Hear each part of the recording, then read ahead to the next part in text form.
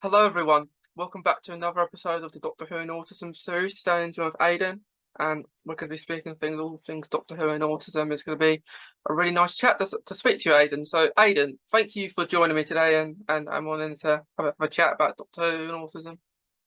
Well, thank you for inviting me. I'm Aiden. I play the tenth. I cosplay the 10th Doctor, the ninth, Meta Crisis, and a few OG cards that I've done. I have been a fan of Doctor Who for most of my life, and I would say it's a topic I'm always fascinated by and something I'm always excited to talk about. So I'm excited to get into it. Yeah. So, I love your TARDIS door behind you, by the way. Yeah, thanks. Yeah, because I have a TARDIS, but it's a wardrobe.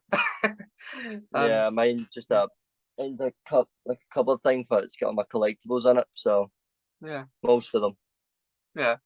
Yeah, so I guess how we start things is um, how like would you say the 10th Doctor is kind of your favourite Doctor? I would say so. Yes, because my introduction to Doctor was nine, obviously, Mm. and I'm nothing against it. Nine was a brilliant Doctor, but 10 really resonated with me because of who he was and where he's from. Because he's from Paisley, because David Tennant is from Paisley. That's where I live. So really, so the connection was already there. And then I don't know, it was just something about him that really made me like the 10th Doctor. Such a hero personality with him. Yeah, he's a really good the way he portrays the 10th Doctor is really good, and he like it doesn't seem long ago since he actually left, but it's a while, but it doesn't seem that long ago, really, does it? No, no, sometimes it seems like yesterday, other times it seems like a long time ago, you know? Yeah, yeah.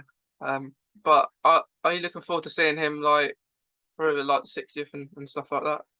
You know, honestly, I think I really am, and it's not just because David's coming back, it's because of the new dress sense that he's got going on. It's like this isn't going to be the same, it's going to be the same face, but it's probably not going to be the same personality, if you know what I mean. So I'm Mm. excited to see what they're going to do with it. So, yeah.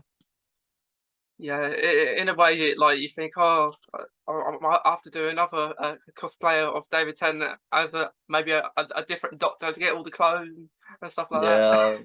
Yeah, that's another thing. Do you know what I mean? It's always and people make new variations all the time. Do you know what I mean? Not just in the episodes, but also in the audiobooks and all that. So there's always something new. Yeah, it is going to be interesting because I think he's got a different Sonic screwdriver too. So um, Yeah, mm, it's very interesting. Are you still watching like Doctor Who? Are you up to date with it all? Like yeah. Jodie? I still watch Doctor Who. I'm always up to date, but I love Jodie. She is what I liked about Jodie, the female versions. That this is a female. This is something new. This is something I couldn't judge. Like go, oh no, I might not like this guy because you know that's what always happens. Do you know what I mean? Mm. But with Jodie now, I'm like, you know what? No, I'm gonna give her a chance because she's something new, and I don't know what other people think, but I absolutely love Jodie Yeah, as a Doctor. Jodie is is great. Um, like it's going to be interesting to see what happens in the last episode, like this year. I know my hearts are gonna break. Yeah. Um, are you believing kind of the theories of maybe David Tennant, like Jodie into David, like Um, yeah, well, you know, it's quite a plausible theory because I don't believe it. I don't believe it might. I don't think it's like a an earlier incarnation, mainly because the different suit. Because I know David sort of was so a creature of habit that he would always lean towards his blue or his brown suit. So I think this will be a new generation of a face, like a D, is how would you put it, a D generation, like mm, going back the way, but obviously it's a forward one. Because if you remember with the 50th with Tom Baker in it, yeah, he said you'd just be revisiting a few of the old favourites. So it's possible. So they've already made it possible that there's no rule against them regenerating into the same pace again. yeah, yeah, and you wouldn't want to pick anyone else other than David Tennant. Like he's one of the favourite doctors, isn't he? Yeah, he's still one of the most beloved today. Yeah, and like even if you know that it might happen, it's kind of 50-50. It might happen, it might not. But if it does happen, even you might know about it, you're still going to be really happy, I guess. Like you see his face Yeah, going out there. Um, it'd be lovely. It'd be nice if he said what or something like that. But I guess we'll just have to wait and see what happens. yeah, it'll be interesting. Yeah, definitely. Yeah. Um, but yeah, it is it's going to be interesting because like Jodie, I think is the longest run Doctor, like in New Who, um, like from like how long it's been, like from going to the next Doctor, which is strange to think about because of course she hasn't had as many episodes, but she's had a longer time as the Doctor. Yeah, yeah, she's not as many episodes. She's had a longer running time. That's mainly then. One thing I always noticed with Russell's era was that they got when they said they were going to make new episodes. When the show went off the air, when the last season was done, they'd have it back by like the summer or something, and see the amount of time it takes them to do episodes now. It's utterly ridiculous because sometimes it's like 2 years or like 1.5. It's like if we just forget about it, and then there's an ad on TV going, "Oh, like Doctor Who's coming back." I'm like, what? It's crazy. I think with Russell being back, things will get back on track. So I'm excited to see how it turns out. Yeah, yeah, it's going to be. I I I I think it's good that like Russell's back. You kind of get maybe more Doctor Who kind of stuff, and maybe more like advertisement of stuff. Um, because I think when Peter Capaldi went into Jodie, they didn't do her first series. I think about a year or two later, didn't they? So Yeah, you kind of like you say you can't forget about what's going to happen or like oh yeah, I forgot that the Doctor like it's a new person now. Like I didn't know that before. no, it's crazy. But then again, you're dealing with an alien who time travels through time and space. It's gonna be crazy, but I don't know. You just fan satisfaction hasn't exactly been in its all-time high. Yeah, yeah. Um, do you have like any favorite episodes that I know there's loads, but Oh, do you have any? I would say one of my favorites was God. I loved my all-time favorite was probably Christmas Invasion. Yeah, That was my first time favorite because that was the first one with David in it, and I loved it. Then what I liked about it was that he was just good right off the bat.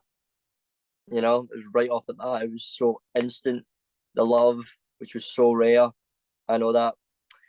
But then when you went, but then I think that first episode also, I loved the Stolen Earth episode as well. One of like oh, that's the first major big crossover that they ever done, and it was so epic. it's Stolen Earth was I loved it because I loved the trailer. Like you know when you had like half a dozen people on the trailer, like boom, boom, boom, and then you got the next one pop up. Um, it was really good, nicely done, and I don't think I think that was series 4, wasn't it? Yeah, So that was his last. That was his last official series. hmm, it's weird to think about really because really David Tennant, you would say he had more than 4 series I know because you. I know you. You. Yeah, it felt like more than four.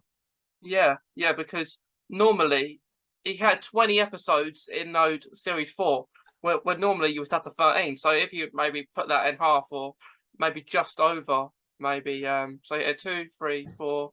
So he would have maybe 4 series himself. But normally each Doctor has 3, don't they? So he would have Yeah. a bit more. One thing that made David so good as well. People always love the specials, which I think a lot of fans miss nowadays. We miss because I know I miss it. I know I miss the Christmas specials, and I Yeah. miss because David loved them. The Christmas ones were amazing. East even had an Easter one. So the specials were a thing with Doctor, and then they just stopped them. I'm like, why? Because I would always look forward to it in Christmas.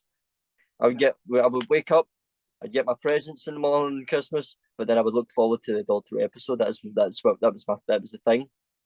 But Yeah.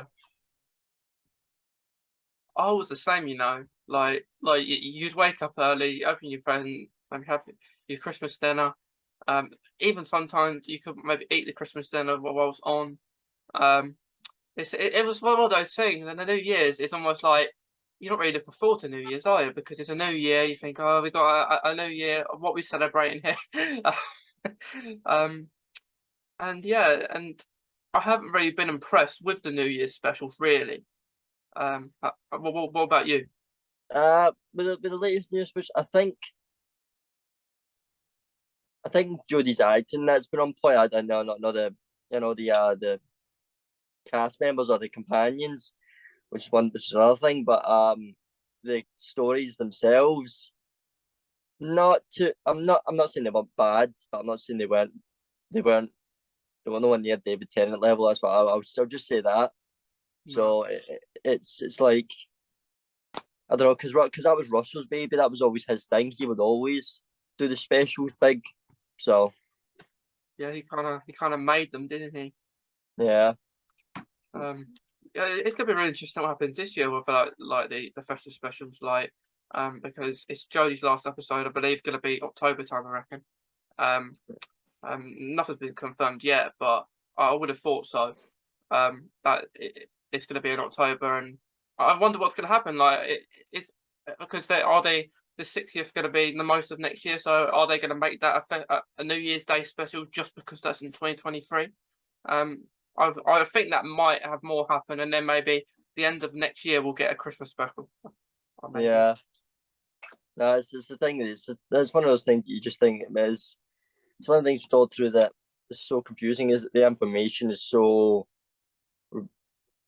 what's that word? So outsourced. It's so like you keeps you guessing because no one really knows what is really happening. It's quite confusing though as well with David's era and that, even with Matt's, it was like you knew what was going on, you knew what was happening. Yeah, You know?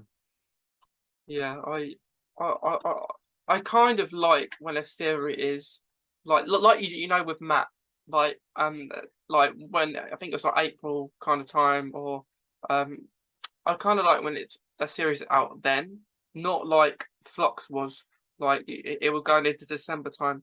Um, I don't have any problem with it being out then, but it's just that we waited like the whole year, didn't we, for that series Yeah. to come out, literally, because it came out no, I think beginning of November. No, it's crazy. So yeah, like hopefully we'll get those. It's gonna be interesting because of course you got Shooty, he's got to do his first series. Um, wonder when that's going to take place. Like you say, like you keep you guessing. Yeah. Like we could be thinking all day long, or look, David Tennant might come after Jodie for a little bit, and then we'll go back to maybe Shooty. Um, it's just going to be interesting, but I am looking forward to Jodie's last episode because I think hour and a half long, isn't it? So it's going to be Yeah, it's a really long one, but it's not just that. I mean, there's supposedly old characters coming back in like Ace and all that I've seen and rumored. There's been so many more. That's the problem. Also, there's so many rumors going around. You don't really know what's the truth and what's a lie. So that's what I mean when it keeps you guessing. But it's an hour and a half long. I'm looking forward to seeing it. I'm not looking forward to Jodie going because but one thing I like about Jodie is that Jodie's daughter was that she's so much like was so much like David's in a way. yeah, And I always said that she based her face off of Rose, like with the blonde hair and all that. It's like the similarity just seems there. yeah. I get that. Like, I can kind of see, like, because they are very similar doctors, aren't they? Um, Yeah, like how they deal with things and not really explaining much. Um, just getting on with it, and I think I guess in a way because they're both in love with their companion as well, aren't they? Yeah, Yeah, that's the yeah, thing. So the one thing is that's different is Jodie's doctor. She's actually acknowledged it yeah, before the end of her time. We and with David, it was always too little, too late. Do you know, it's one thing about Doctor I've never gotten. Like people think are so against the whole romance and that and a relationship thing, but it's like your problem. It's like their problem is you think of the Doctor as a character. I think of the Doctor as an actual person, as someone who's lonely, immortal. Of course, you need someone. And of course, what's wrong with a little romance and a bloody sci-fi? I mean, it's not as if it hasn't been done before. no, like Um, it is a thing with Doctor Who, isn't it? Like companions falling in love with the Doctor and stuff like that. But I do like it when you do have companions that don't. Um, yeah, like Donna, for example, it was more like just best friends and kind of thing, where yeah. yeah, It's definitely yeah, Donna. That was a really good dynamic. I think it just depends on the person, if you know what I mean. I yeah, mean, Billy, because Billy was like her and David's chemistry was like that. They were like that yeah, in real life, so it really did work. yeah, yeah. It's gonna be like you had Martha that really liked the Doctor and left because the Doctor didn't like see it. Um, and I think he was still confused when she left, like thinking, "What? Why are you leaving?" At the end of that, I think it was I can't remember what episode it was, but It was she had some speech. it was series 3, episode 13, I believe, the last of the Time Lords episode. Oh I yeah, think. I think that's it. No, I know, and she left. She was one of the first to actually leave willingly. She was one of the like willingly leave, but and it wasn't because she didn't like the adventure. It's because she can't be with a guy who's pining after someone else while she's still got a thing for him. Yeah, no, I think yeah, it's like the only one. I think like left, like if you think about it, with New Who, she's the only one. Yeah, she's the one who left willingly. I mean, I know in the old two I know a few who left willingly, but Yeah, yeah, you've got Bill. But if you think about it, no one really dies, do they? Because like all the companions, they come across like they died, but they haven't really. Um, no, I would say it's more cruel that way because it's a fate. Their fate's like worse than that. I mean, with Donna, I think it should have been her choice whether to have her memory wiped or not. So yeah, there's that, that. Way Rose, it was she's ripped apart from the love of her life. Honestly, that feels like you've died. That yeah. feels like I think that feels worse than dying. And then there was again Mickey. Mickey did leave as well on his own, I suppose. Oh yeah, yeah. Uh, So, but I think the plus side that Rose got that she got the Metacrisis Doctor. I still think that was a horrible thing to do to the man himself because it's like, oh god, he can have a life that I can't type thing. It's like, but it's quite strange. It's like, oh wait, I can't have him, so I'll take the consolation prize. It just didn't. Don't get me wrong, I like the guy. I liked him because he was a lot like Nine, like the Ninth when she first met him. But I don't know, it never seemed right to me. I'm just and I preferred the Time Lord and Rose instead. Yeah, yeah. It's like, but I guess that is open for like David getting older and aging because like that human version ages. So if they wanted to do maybe a series about that, like they like years from now, they could. You know, fun fact, I don't know if you know this, but they actually had planned to do a spin-off series of Meta Crisis and Rose. All They right. planned to do it, but they never actually made it. It was just like shelved way with it Yeah. way David itself. I think it was a thing like because what really bothered me is there were so many ways they could have gotten around it. The whole time thing, like say put the Doctor through the chameleon arch or put Rose or the bad wolf energy. You could say that never fully left Rose, and over time it transformed her. into something that doesn't age or whatever. Do you know what I mean? There's so many, because I've read fanfic that's done the exact same thing. They've made Rose like a Time Lord, but it's because of the Bad Wolf, because of the TARDIS. So it's a lot. There are a lot of really good ideas that could have helped it. You know? Yeah, they could have. Like, I think that's like Russell's here to help that. Like bring more like maybe other series along the year. Like you have your probably 13 episodes of Doctor Who, and then you'll get maybe a spin-off series like throughout the year. So you're not completely. It's not just the series of Doctor Who. You've got other things that will come along with it. Maybe. I love the spin-off series mainly because they're so hard to pull off. Spin-off series are really hard to pull off because the main shows are always brilliant. Spin-offs can go terribly wrong. I've seen them go wrong on other shows I've watched because they just don't work. But in this, they worked perfectly with Torchwood and Sarah Jane. And I know there's another one called Alias, I think. Or was it something like that? No, there's one called Class that only had Class, that was series. it. Class. I've never actually seen that one, the Class one. I watched it, but I understand why they only did one series. Mm, yeah, but so spin-offs were amazing. Yeah, yeah, they are good, and they could do so much more. Like with it, like they don't have to always bring former companions back in the show. They can just make them do maybe a spin-off series of their own. Like what's happened to Amy and Rory, or like the, just those little other things of companions that like even Ace could do when like um I imagine that she's not going to stay along with the Doctor. I imagine this is just a one-off for like Yeah, you know, the older I one. was really like a mini series, something like series like one episode, but it's each like what happened to each companion after they left the Doctor. What did they go on to do? How did the Doctor's impact affect it? How does the Doctor's impact on them help the world? Because as we all know, when the Doctor touches a life, it literally impacts a person in a way that they want to do more, help more. So Yeah, it's just like what did the rest get up to when they left? yeah, it's going to be.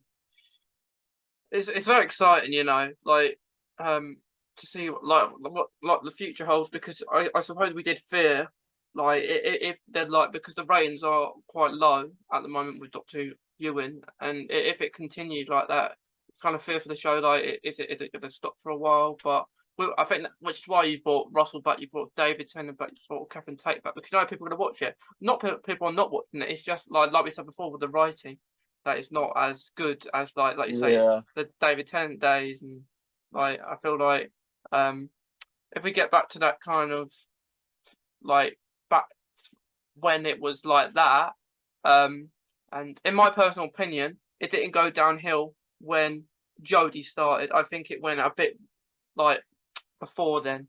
I don't, no, yeah, I definitely agree with that. I definitely done it before Jodie, so it didn't happen on her series. no. I would call our age the golden age of Doctor Who. But the Yeah, problem with these is there's a new generation on the rise, which means because I mean it was like when we were kids, it's like there was hardly any technology. The TV was our entertainment. That was it. It was just the TV. There was computers weren't exactly things that we really were into at the time. We watched TV, we went outside, we played. Still, it yeah, was because we grew up with technology. So I don't know if the focus. I don't know even if we get back to that. I don't even know if the focus will still be there. You know? yeah, like it was like you say it was a golden age of Doctor Who. Yeah. Like you got like I was the same first Doctor Who, Ninth Doctor Two. Um, I was still about 5 when I started watching Doctor Who, and probably not the best age. Especially they were quite scary back then. If you look at back now, it probably wouldn't be, but like you see like David Tennant, and then once he leaves, you're thinking, what? I didn't know the Doctor changes. Like, why can't they just stay the same all the time? Yeah, I know for a fact. I know. I said this years ago, and because I'm not the only one that's a fan. My dad and that's a fan as well. It's like and we both said the fans would have been happy to watch David for another 10 years, and they never would have got bored. And I can say that for a fact. It's Yeah, like and they would have been, but I get the reasons why David left. They were valid reasons. He didn't Yeah. want it to become a job every day. He wanted it to remain fun in his mind, and that's an amazing reason. And yeah, and because God, I started watching Doctor Who when I was 7, I Yeah. think about 7, but I started on 9. No, I was say 7 because I started watching it back when it first came back in 2005. So I would have been about God, hold on. 2001, 2002, 2003. I know, it would have been about 7. Right. So 7. so I knew about the regeneration and all that beforehand, and when David's came up, oh, it was inconsolable. I was crying my eyes out. I was a mess. Yes, but honestly, you could have sworn that I just got a phone call that one of my family members had died.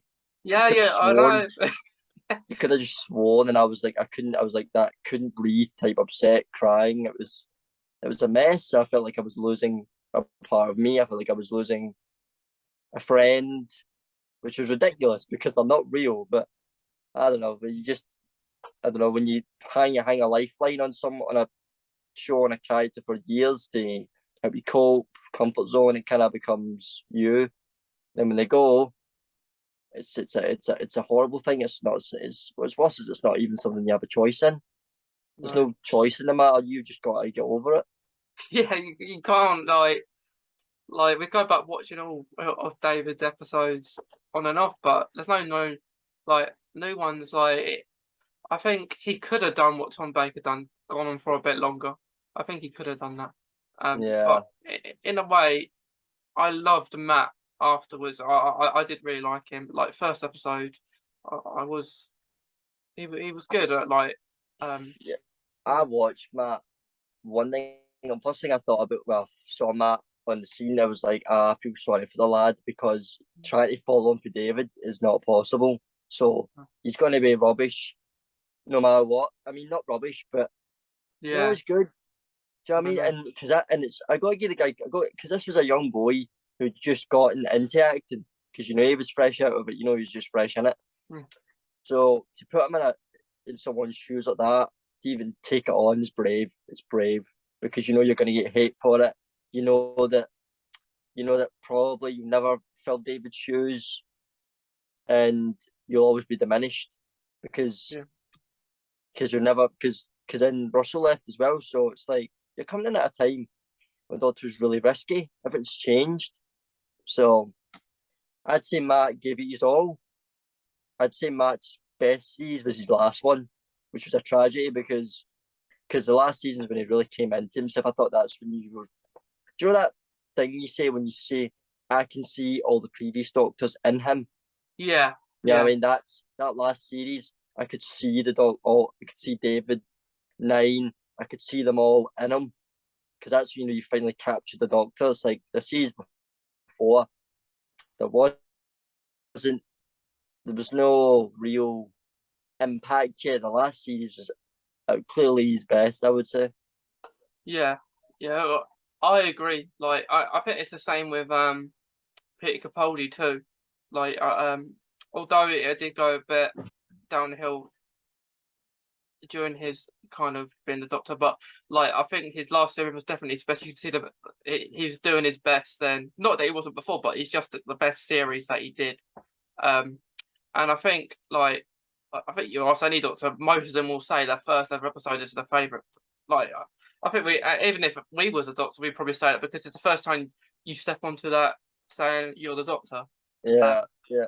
With Peter, I would say, Peter, I would say the most favorite thing about him that I loved was he was Scottish. We finally yeah, got a Scottish Doctor on the scene, so it was like you're gonna. So that was really good about it, and but for me, one my favorite thing about Capaldi's series was that I still loved that Clara was on it. Clara was one of my after Rose, I would say Clara was one of my favorites. I yeah, literally loved her, so it was just a whole thing. I mean, I think if she had taken over in David's, I think if she came on the scene in David's era, that would have been so brilliant because I thought those two would have had because those did have good chemistry when you saw them in the 50th. So I mean, she's just a brilliant actor, and she was mm, just Jenna was just such a good addition. And when she left, You know. I like Clara too. I don't really not like in New Who. I don't really not like a companion. I think they're all great in their own way. But I did think, I did enjoy like with Matt, and then I did think she went on a bit long for Peter Capaldi. And I thought, um, when she died, I thought that was a good ending, and um, like to bring Clara back, like the Doctor broke all the rules to do that. I think I didn't really like him doing that because um I don't know. I just felt like that was a good ending for her. And then of course now she's flying the TARDIS, so there you Yeah, I mean, go. one thing I really believe with Capaldi is Capaldi really went. There were times when his Doctor really went dark, but then again, I can say the same for Matt. I can say the same for David, especially for Nine. Absolutely. The one conclusion I've come to when watching this series over the years is that eventually the Doctor will completely go dark because if you live that long, you lose that much, and you change faces that much, you're gonna either lose a sense of who you are, or you're just gonna realize that the universe is all you're always mopping up the mess, and you're the one that always suffers for it. That you lose your friends, your family, people you love over and over again. I mean, come on. I mean, come on. I know when we lose someone, it changes you to your core. It does. It shakes you. So when it happens over and over to one person, it's I can only conclusion I can see is that they'll eventually become the enemy. That's right. And they do. And like I like what like with the 50th with Matt and David met. 10 was asking 11 like how old are you now? And like 11 wasn't said he couldn't remember. He was moving on, and David went understanding. Like you move on all those years, you don't really remember that kind of stuff. But because of No, okay, course, no, yeah, when you're that old, I think there is a lot you do just forget, which is also the main tragedy. Do you know what I mean? The Doc never looks back at all, no, except David literally went back and looked back at all these adventures and all the people he's met. It was always family, and that's one thing I liked about David was that David's Doctor he was so human in that way that he wanted to stay. He liked who he was, yeah, he was. He but was David's Doctor knew the world needs a doctor, so I've got to do this because he could have chose to die as himself, but he's like, no, the world needs a doctor. yeah, and he didn't want to go himself. Like I could tell, like it wasn't just his character saying that. Like it was him saying, "I don't want to leave too," but he had to because you can't be. Well, they are the Doctor forever, but they can't be the Doctor for like. Well, they can if they want, but like it's a show that needs to change every once in a while, isn't it? So he kind of felt like it maybe my time to go now. Um, It's the most unusual show I'll ever I know because it's one that it's constantly changing. Because you know when you watch a series, right, you get the main characters, you get the side characters, and then you get the villains, and it's like this whole thing like, and they don't change. I mean, main characters might die, new characters might come in, you get new enemies, new side characters, but at the heart of it, the main character doesn't ever change because they're the whole point of the series. But with this one, the main character changes all the time.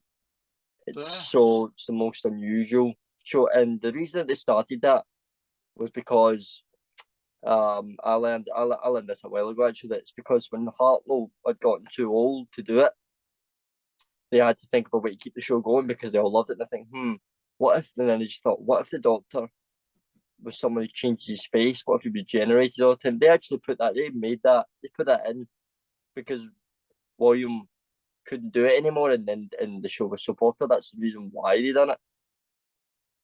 yeah, I think if Hartnell could have went on longer, maybe there would be no Doctor Who at all these days because they might have just ended it.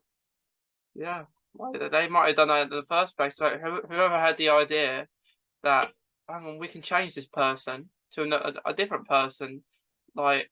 had some really good sense, like to keep because this show can go on forever. Like you had the first Doctor who could have just done his series, his couple of series, his load of episodes, and said, "Oh, I'll call it quits now. Like that's who I am," and then and people want to know more. Um, because the first ever episode of Doctor Who will always be one of the important ones because that's how it all started. Yeah, yeah. What was so fascinating was it had two air dates. First one tanked because it happened right on the day JFK was assassinated. So everyone was too interested in that. It never got the views it was credited, so they were going to cancel it. So they're just going to cancel the show because they didn't think it did anyway. And they're like, and then the producers like, can you give it one more shot? Give it one more air date. We'll see how it goes, and it went brilliantly. So yeah, I mean, it's a thing when people fight for something they think is a hit, which is always good.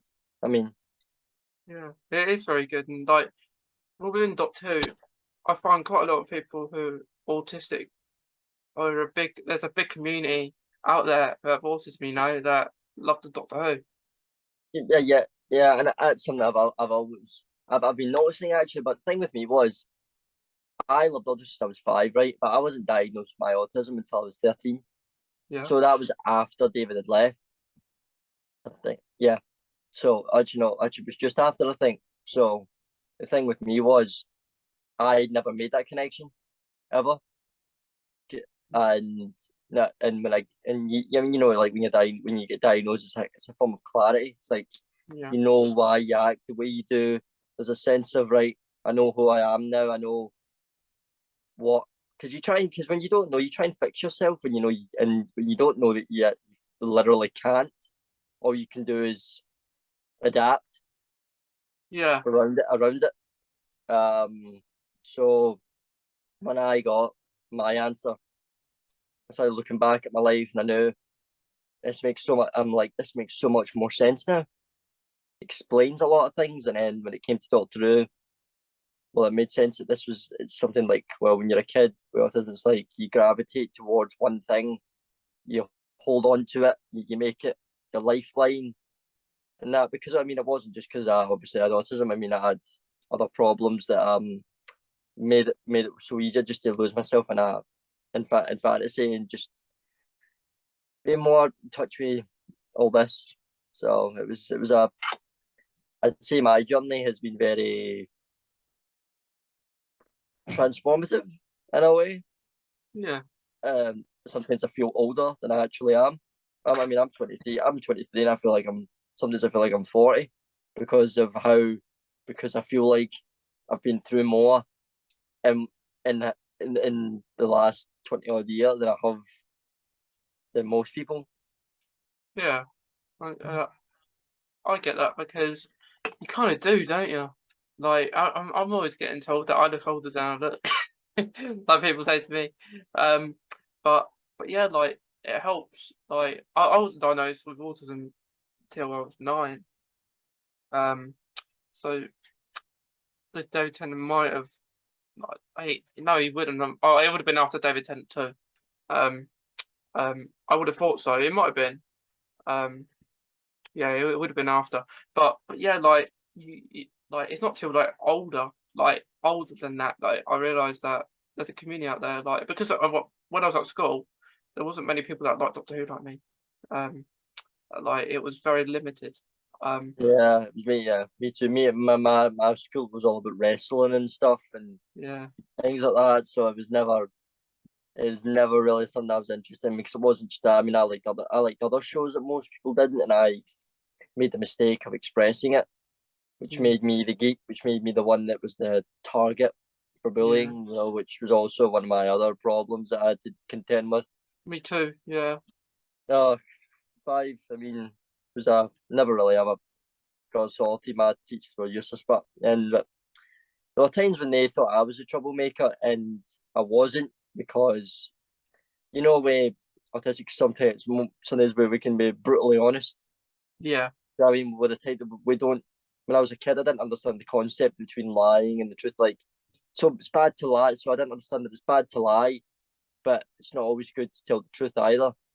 And I understand that. So when I got in trouble, it was because, you know, it was because I was saying the truth, or I was doing something that made sense to me but didn't make sense to others. So when you're undiagnosed at that age in primary school, it's like there's no one to give you a break, no one to understand you, no one to just say, oh wait, that's how he is. That's just how his brain works. So Yeah. he just dealt a bad hand. Yeah, I completely agree with what you're saying, because like when you are getting bullied, like schools don't normally do much about it. Like you tell your story, and then that if they're listening to you, they'll ask them, and then they'll of course say no. Like and then you don't get anywhere, and it just gets worse. And then probably the person you're getting bullied by will come up to you and say, why have you told of me for doing that and that? And then things start to get worse and escalate. And like you say, you kind of sometimes it is kind of dangerous to tell the truth, but it shouldn't be. It shouldn't be like that. But unfortunately, that's the way we live in. Unfortunately, it starts. I mean, these days it's a lot different. I mean, obviously, I see primary schools these days. Well, I was so unlucky, but my teachers were still part of the old generation of teachers, if you know what I mean. Yeah. These days it's all nuanced. There's more understanding. There's more like kids get diagnosed quite young nowadays. Because obviously back then when I was a kid, it's like it was still autism, still something that was still being understood. Still, there wasn't autism awareness. There wasn't any real like systems in place or any like guidelines for anyone on it. So when you said in these days it's different. It's like if teachers notice things, they tell their parents, and then if their parents notice, they go, right, he doesn't he's unique to all the other kids, and of course all kids are unique, but it's quite latent, and you notice it.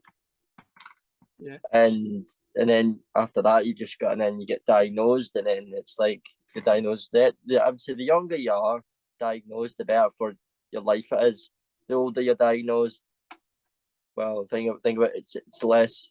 It means you've got less time to structure your life around it, because then you've already got a busy life at the same time. Yeah, it is. It is. I completely agree, and like I feel like now there is so much more being done for autism, but there's still stuff that still needs to be done more, even more. Because they're like, of course, it's better since the 80s, like where I wasn't born in the 80s, but I know like how it was back then, where like if you told someone about autism, and that wouldn't even be a thought about it back then. You more or less get classed as probably like a weird person or an odd person and as we know, it's very hard to get diagnosed with anything, isn't it? Like it's very hard. It's a whole thing. I mean, one thing I'd say about autistic is it can be a curse and a blessing at the same time, at least from my perspective, because obviously your social intelligence is low. You don't know how to really at first, or even at first, you don't know how to interact with people, connect, even sometimes with your own family. It's hard. So Yeah. there's that, but the trade off is you get a high IQ. You become really some that I've met, and including myself, is like you get really academic, or you focus on one subject that you're really, really good at, like scary good at, and that becomes you. Like with me, it's computers. So that, and I'm more quite knowledgeable. I was quite knowledgeable as a kid. So that, I think that's the trade off. So you get something, but you lose something at the same time.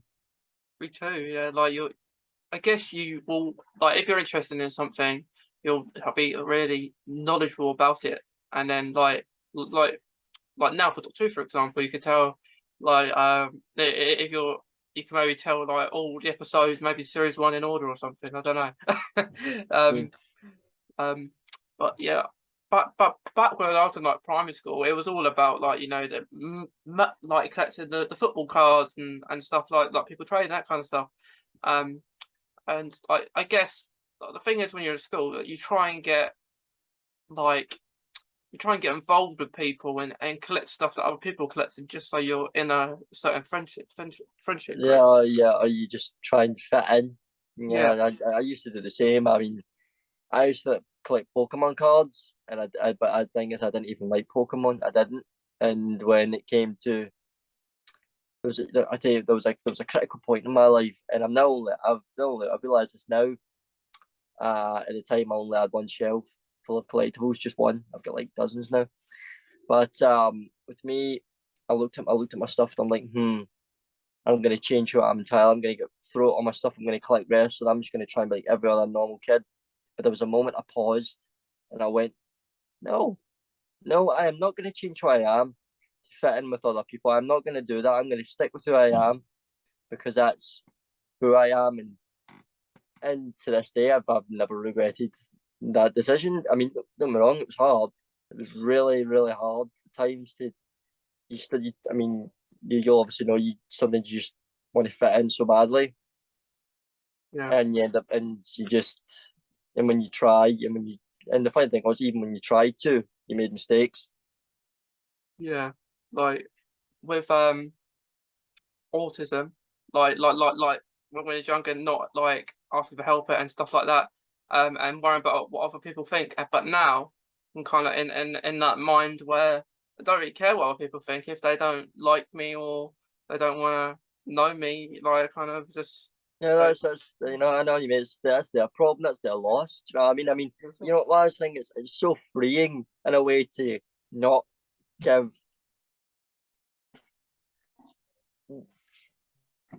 to not give a toss about what people think yeah, because it really just goes, you know what, I'm just gonna live my own life. People don't like me, that's their problem, not mine. And you know, there was a time when I in primary school and high school and that I really struggled making friends. It wasn't until I went to college that I knew that I started making friends because it was quite strange. Like, because I was always more adult than anyone in my primary and high school. Because I was yeah, always the higher thinker. I was always the one, even though I like things like Ben 10, Doctor Who, and all that. You know, then obviously I still do these days, but I was still I would say, the most adult of people. So when I went to college, there was one subject you focused on that you loved, which was brilliant. That's like it's like college was made for someone with autism. You know what I mean? yeah, yeah, And then you get people who are adults. They're all adults. They're all mature. No one's that bully or nothing because bullies don't exist when you're that age. It's right. You just need because this is when you're preparing to get a job. You know. So I did that actually, and I made friends. And then because when I knew it, and I'm like, I've cracked the code. I know how to make friends now because you do eventually find a way of doing it. And then and to this day, today I've got more yeah, friends than I could ever thought possible I could have, which makes my and they add so much to my life. yeah, yeah. It makes it worth it, doesn't it? Like you make so many good friends. I think now within the Doctor Who community, I know the Doctor Who community can be toxic at times. Yeah, Um, but like within it, especially we do our videos like acting like cosplays and on TikTok and everything. I think that helps as well. Like you see people on there, like you make friends on there with people. Um, that to do the same things as you. Like you, I love to cosplay the 10th Doctor too. Um, so it's the main one I do. I've done 11th Doctor. I've done different ones too, but the main one is always yeah, going to be the 10th Doctor, you know? yeah. No, yeah. I mean, I'll take because I've always said I've watched your stuff and you've obviously watched mine. So yeah, the community itself is a really good community, and I've made friends who are Doctor Who orientated, and obviously they're fun to talk to, and that obviously. So it's a brilliant community, and like you said, it can be toxic at times. I've met a few people who cosplay the Doctor but don't deserve to because they don't exactly follow his ideals. My motto as a cosplayer is you're going to cosplay someone, make sure you hold up their ideals and who they are. If you don't, you don't deserve to cosplay them because remember, you're representing a character when you put a suit on or a costume on. Because kids and other people see you, they do your videos now, and you've got to hold a standard. If you don't, then it could tarnish the character itself. And Yeah. it's a big thing. I mean, I only started cosplaying. Oh God, 6 years ago, and that's 6 years this year. I've been cosplaying. I've been doing Comic Cons and all that for God, and collecting for about 12 years. So I'm a seasoned veteran and all this, Yeah. um, yeah, it's a giant community, and it's so easy to make friends, but it's so easy but it's also so easy to get people, sort of people against you in a way, like that people just don't agree with you, or they think, "Look, I'm better than you," or "I cosplay them better than you." It's like you get those people that are that shouldn't be there. No, you get some really not very nice people as well, like who like say you don't look like the Doctor, like you don't you're not wearing the same thing as them, but you don't have to. Like I think part of autism in the way you kind of want to try and get as close as the costume as you can, just so you kind of like if someone on there sees you, they kind of say, "Oh look, that's the 10th Doctor there." But it has more recognition, I think. And um, at first, when I started doing it, I had nothing that looked like the Doctor at all. I had like maybe a little suit that was like it, but yeah, some people they're not very nice. That like say, like one that pops up for me sometimes. It's like it's not canon because once I did like a Spider-Man because I got a Spider-Man suit as well. I did a Spider-Man and 10th Doctor kind of thing. And then I get a comment saying it's not canon, and like I'm not supposed to be canon. It's like it's things No, that you like to try out. yeah, I understand that. I mean, I have an OG character. You may have seen it, the Dark Doctor. Yeah. Yeah, that's one basically. The story with him is just to give a bit of background, that's from a universe where the Doctor, where the Master has murdered Rose Tyler Alright. brutally, and then he's went and killed him in cold blood, which has changed him at his core. So he's lost the love of his life. He's become a killer again. Now he just thinks, right, I'm going to protect the universe, but he uses a gun now, and he does it by killing all his enemies rather than trying to just move them along, if you know what I mean. So it's quite, and I've never been pulled up for it by anyone because it's an OG character. But I think with me, people know that if they try and screw with me, if they try and use me comments or anything, I won't respond. I'll delete your comment. I'll put you for the chat. I won't take any of it. And when it comes to other cosplays that you've probably seen that I do, I mean, I'm quite a broad ranged TikToker. Yeah. It's just that, well, there's always something new to do, and no one can ever really. People can try and harass you for it, but it's a cosplay community. Do you know what I mean? It's there's some people just won't ever agree with you, and that's comes part of the territory. Yeah. You kind of think. I mean, with I think it's such a broad thing. I mean, I would say Doctor Who was the main gate. I would say, to be honest, in my opinion, our era of TV, starting from say, God, the 2000s, was obviously been a great year for a great bust for TV, cartoons, movies, the whole thing. I mean, it wasn't just Doctor Who. I mean, the first person I ever gravitated to was Spider Man, Hmm. and and I went to see all the films in cinema as a kid. One of some of my favorite memories. I mean, these things are designed for people like me and you and others. It's like the DC, Marvel, Doctor Who, dozens of other shows. We take, I think we take comfort in the fact that these things because we want to apply what the stuff in there and bring it out here, and we do. We bring it out here. I mean, they've made it possible nowadays. I mean, I joined TikTok right back in March 2020, but just as we went to quarantine. That's the reason why I joined TikTok because I was bored. I was just bored because when you're in quarantine, you get nothing to do. So I figured, you know what? Why not? Let's do a couple of TikToks, see how it goes, see if I enjoy it. I started, and I still haven't stopped.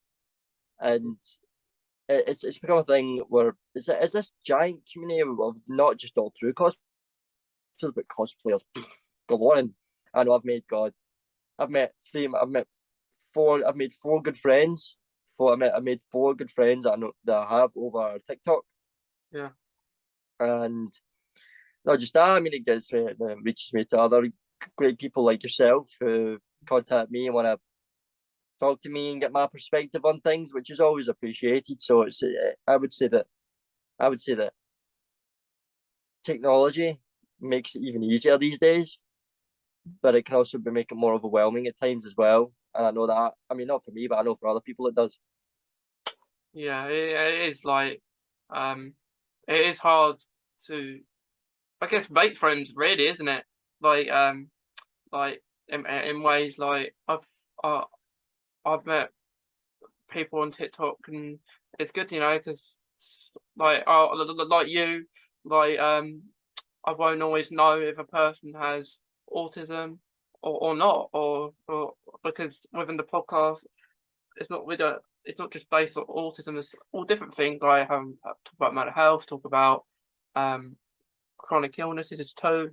So it's a range of different things. But I thought a series like this about autism and Doctor Who was important because um like you talk about a show that you love, and like for example, if you get make it a mix, so some people also have autism, some people don't, and then because if you talked about someone now, like you know, they will know about Doctor Who, really, won't they? And they might not know as much about autism. So I thought it was kind of a good way to do it Yeah, because it's a good way to make people. It's definitely a good way and a fun way to make people aware. I mean, I would say if my kid, I didn't notice, and I mean, I've noticed differences because it's just me. It's other people from outside of yourself that notice these things. I mean, it was my mum that noticed that I was quite different to other kids. right, She paid attention, so did my dad. So it's not something it's not because it's like that. Remember, like that quote, you can't get through this life alone, and you can't, and it's not possible. The fact is, I never would have known that I was autistic without someone else noticing because you can't notice in yourself. It's impossible. You just can't because to you it's your normal personality. It's who you are. You just right, think this is who I am. It's not until someone notices you're diagnosed and you think, right. So this is why I sometimes act the way I do. Because autism, don't get me wrong, autism doesn't shape your entire personality. It doesn't, but it just controls some of your behavior. It can control your behavior. It can influence your decisions. It can influence what things you lean to. I don't know. It doesn't control your life. It doesn't. It's not an excuse for any like behavior or anything that's obviously wrong or whatever. But it's just like I always say, we're not people with autism. We don't ask for a free pass. It's not. It's not. None of us are asking that. We're asking to be understood. We're asking for people to look at us and go, wait, but that is, but he's got autism. So maybe I can tell him what he said to me has hurt my feelings, but I shouldn't give him too a hard time about it because he has what he has. You know, it's one of those things. yeah. Well, I completely agree because like you just want to be understood, and like as you say, you can't do it on your own. Like I was the same. Like I didn't know I was autistic. I had different tests when I was younger. Remember briefly, but you don't know until someone else spots it. So it's good that you kind of have that kind of system in your life where you have people that spot things, and I guess when you're older, you may realize it more because like I think more now people are getting diagnosed with autism later on in life. Um, so not as much like maybe when we was younger, like around that kind of age. But it's interesting, you know, like to talk about with different people, especially people who want to know that aren't autistic themselves, because it kind of raises that kind of acceptance that they that other people can understand about it as well. Yeah, and they're not that you are not alone in your struggle. You're not alone in this whole thing. There's tons of us out there. I mean, you've had them. I mean, I would say there are a lot. I would say that there are a lot with mental. No, it's like no, is it mental? Neurological. I'm trying to get the terminology right. These neurological disorders. These aren't things that people need to understand. These are things that this can't be cured. It can't be cured. Mm. It can't be fixed. This is something that we will have for the rest of our lives. Honestly, I wouldn't change it about me even if I could, because I like who I am. It's not a curse. I mean, it's not exactly a curse. It's not a disease. It's not it's not something that you need, that you think, oh God, if I could just get rid of this. Do you know what I mean? It's just, so it's just a new, it's just a new way of looking at life. It's just a new way of looking at life, Yeah, and it's something that you should never look down upon. It should never be You should never be called out. People saying to you, because I know, because obviously when you're autistic, you're diagnosed as disabled. yeah, And I get hassled all the time, like, why are you disabled? You don't look disabled. And I'm like, why do I have to be in a wheelchair or whatever to be disabled? I'm disabled because of something I have in here. yeah, So it's like, it's because I've had hassle before. I've had people saying, why you shouldn't have been in that disabled parking space. You're not disabled. I'm like, I am. Here's my badge. There you yeah, go. You mean you? yeah, I mean, people give you hassle no matter what, and mainly it's because people are lazy. The ones that get hassle the most are the lazy ones that think, oh, you get this and this and this. It's not fair. You get all this help and I get none. And I'm like, well, we get the help because we need it, but we're not paralyzed. I mean, I know people who, well, I don't know people personally, but I know people who claim benefits, right? Who sit yeah, at the house, they do nothing, they don't contribute, and maybe they're not able to work, maybe they're not. I can't speak for that, but I know that I work because I want to work, because I like working.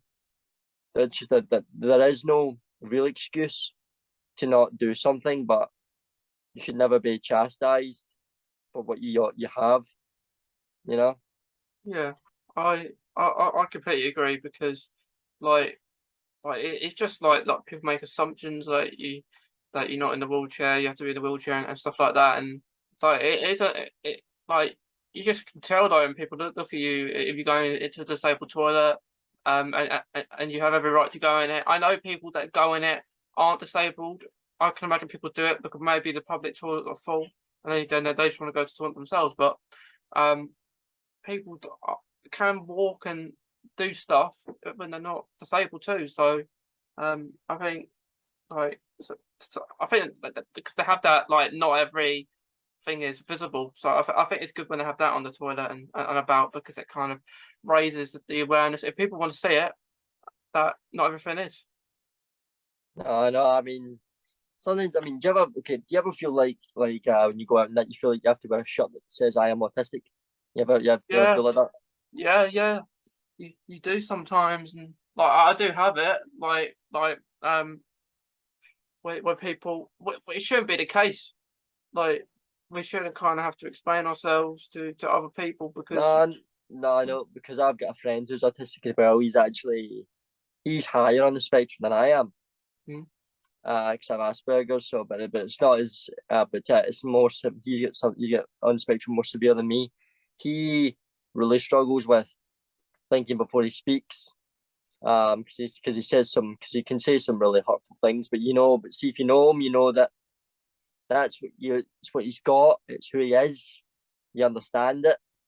that's Other right. people who don't know him don't. They just think he's being mean. He has slight boundary issues. So I mean, and a few other things. And it's not, like I said, it's not something that we can ever fix about us, but and we can't improve. And there's no such thing as improvement, but there is a such a thing as adapting. So always think before you speak. I do that all the time. I'm not kidding. It's exhausting thinking before you speak all the time, so you don't hurt anyone, so you don't get in trouble. And I'm always very sensitive to people's personal space and their own uh, issues, and I'm very understanding when it comes to everyone's views on things and that. So it's not I've had to make I mean, no, you have to make I mean, I think in everyday life for anyone, you've got to make adjustments. But for Yeah, people like us, we've got to make even more adjustments. Just because if we don't, then we don't really well, our life can be a little bit more harder than it needs to be. that's right. Yeah, definitely. I'm a man who doesn't believe in violence as a way of achieving a goal. I hate guns, that sort of thing. So Yeah. I love that quote that one really resonated with me was because and it's a David Tennant quote, and even though and there's been so many good ones over the years, so many.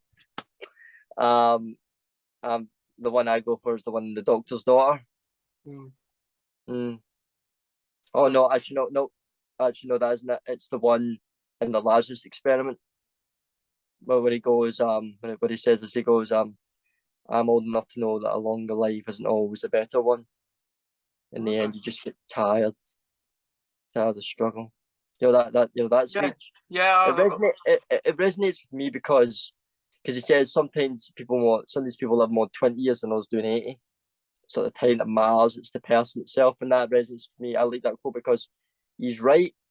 I may be in my 20s, right, but I've lived more. I feel like I've lived a lot more in my. I feel like I've lived, God, people, some things that people that more trauma, or more been through more stuff that people should experience more when they're like 50 or 60. So I feel a lot older than I am.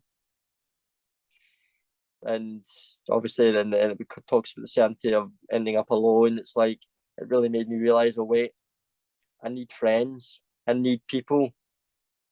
Because there was a point in my life where I'm like, okay, I don't need anyone. Don't need to make friends. Because I got sick and tired of trying and failing. That's right. But that quote was like, no, I'm not gonna give up. I'm gonna keep going. And it also matured me in a way, and also matured me as well. So yeah, and then that's one of my favorite ones. Yeah, I love that one as well. Not only because of that, because a month or two I went to the location where that speech was taken.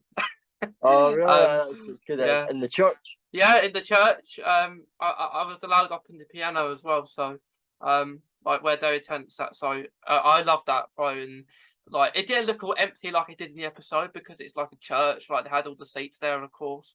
But it was quite nice, because I wore my top. I was there. I wore my Doctor Who top. And a guy there was working when David Tennant was there. It was 2 nights they were there, and I thought I didn't think you remember that. It was 2007-ish, so it was a while ago. And he said, "Yeah, yeah." And I said, "That's why I'm here." So I waited until everyone left, and he let me go up there, and he showed me where Martha went up the stairs against the Lazarus. So it's a good experience. Like it's another hobby of Wow, mine. that's seriously cool. I mean, I know I've met a few dozen Doctor Who stars over the years. I've met a few dozen Doctor Who celebrities, so Yeah, yeah. it's nice to mix in that with them. I mean, of course, you yourself have probably met a few yourself. I actually I haven't met any really doctors before, but I have spoken to a few people from Doctor Who. Like I've spoken to Dorian, like who play actor plays Yeah, Dorian on there. yeah, But I've met a few dozen. I've actually got a booklet of all the ones that I've met. I'll maybe show you after the podcast is done. yeah, yeah, yeah. What? Yeah, I would like to meet more people. Like go. I've never been to a Comic Con, but I would like to go to one. Like just meet David Tennant or something. I'd probably be hard to meet him, but yeah, it's all great stuff. But thanks, Aiden. It's been great speaking to you. I Yeah, hope you you enjoyed too. it. Yeah, I've enjoyed speaking to you there. These are such important issues and things that should be covered more. So I'm glad I can contribute to it. definitely. Well, I'm glad you did, and like because it's been really good fun, and yeah, I'm glad you've enjoyed it, and it's been a really nice talk to you. Okay.